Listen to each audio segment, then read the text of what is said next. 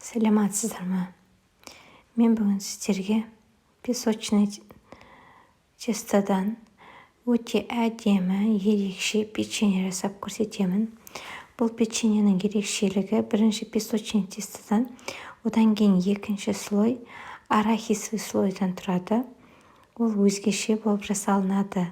Сондықтан видеоны ақырына шейін қараңыздар. Бізге міне керек заттар: миндальный мука керек, ұн керек миндальдан, және өзіміздің кәдімгідей ұн керек. Бірінші бөлме температурасындағы сармайды езіп аламыз. Жақсылап миксерлеп езіп алғаннан кейін үстіне қанттың ұнтағын қосамыз. Қанттың ұнтағын қосып, оны маймен бірге қосып ағарғанша езіп аламыз. Оның үстіне жұмыртқаны бір-бірлеп саламыз. 3 жұмыртқаның сарысы керек. Бөлек-бөлек салып, әрбіреуін салғаннан кейін жақсылап миксерлейміз.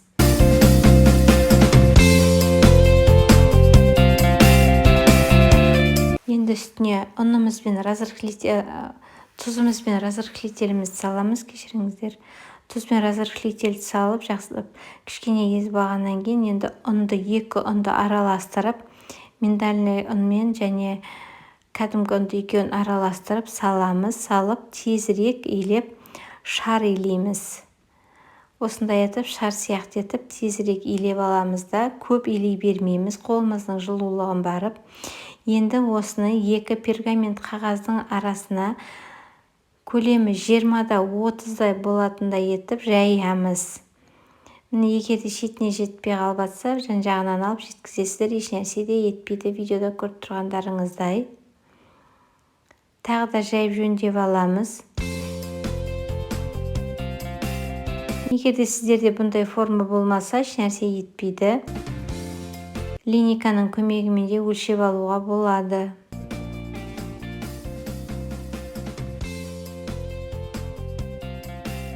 Енді холодильникке 1 сағатқа салып қоямыз. Әзірше біз бетіне салатын салмамызды дайындаймыз. Оған бізге сармай, қаймақ, қант және мед бәрін бір ыдысқа салып араластырып аламыз да отқа қоямыз. Оттың астын бәсеңсітіп қоямыз. Міндетті түрде қозғап тұрыңыздар, күйіп кетуі мүмкін.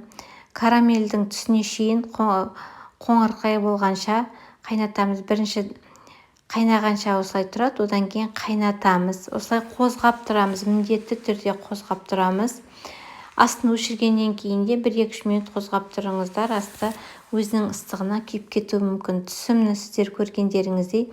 Енді астын өшіріп алып, арахистің лепестке дейді. Арахисовый лепестке сатылады Аздекорда, басқа да магазиндерде араластырамыз. Енді біз холодильникке салған тестамызды осындай етіп вилкамен тесіп-тесіп 170 градусқа 15 минутқа пісіріп аламыз. 15 минут өткеннен кейін жаңағы салмамызды үстіне салып, бір келкі етіп жағып шығамыз. Сондықтан осыны қатып қалмас үшін пісіп жатырған кезде жасасаңыздар да болады, тез жасалады. Мен сәл ертерек жасап қойдым. Міне бәрін бір келкі етіп жағып аламыз. Ішінде мед болғаннан кейін, қант болғаннан кейін салқындаса қатып қалады. Сәл жібіп тұрғаны абзал.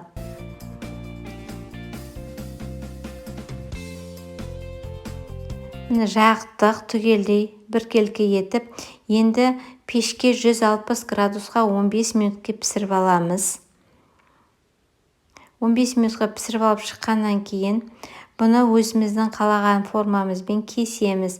Мен осылай етіп ортасынан бір бөлдім де, қайтадан 7 бөлікке шықты. 14 печенье шықты. Менде жарты килодан асатын. Видеоны ақырына шейін қарағандарыңызға рахмет. Достар, егер де менің каналыма жазылмасаңыздар, жазылып қойыңыздар. Видео сіздерге ұнаса, пікірлеріңізді қалдырып, лайк басыңыздар. Сіздерге лайк басуы ешқандай уақыт алмайды, ал менің каналымды дамытуға көмектеседі. Міне осындай әдемі печенье дайын. Сіздер де жасаңыздар, отбасыларыңызды қуантыңыздар. көріп тұрғандарыңыздай бұл печенье басқа печеньелерге мүлде ұқсамайды. Мерекелік дастарханның да сәнін келтіретініне сенімдімін. Және сіздердің отбасыларыңызға да сіздерге де ұнайды деп ойлаймын. Сіздермен болғаным өткен. Рахмет сіздерге.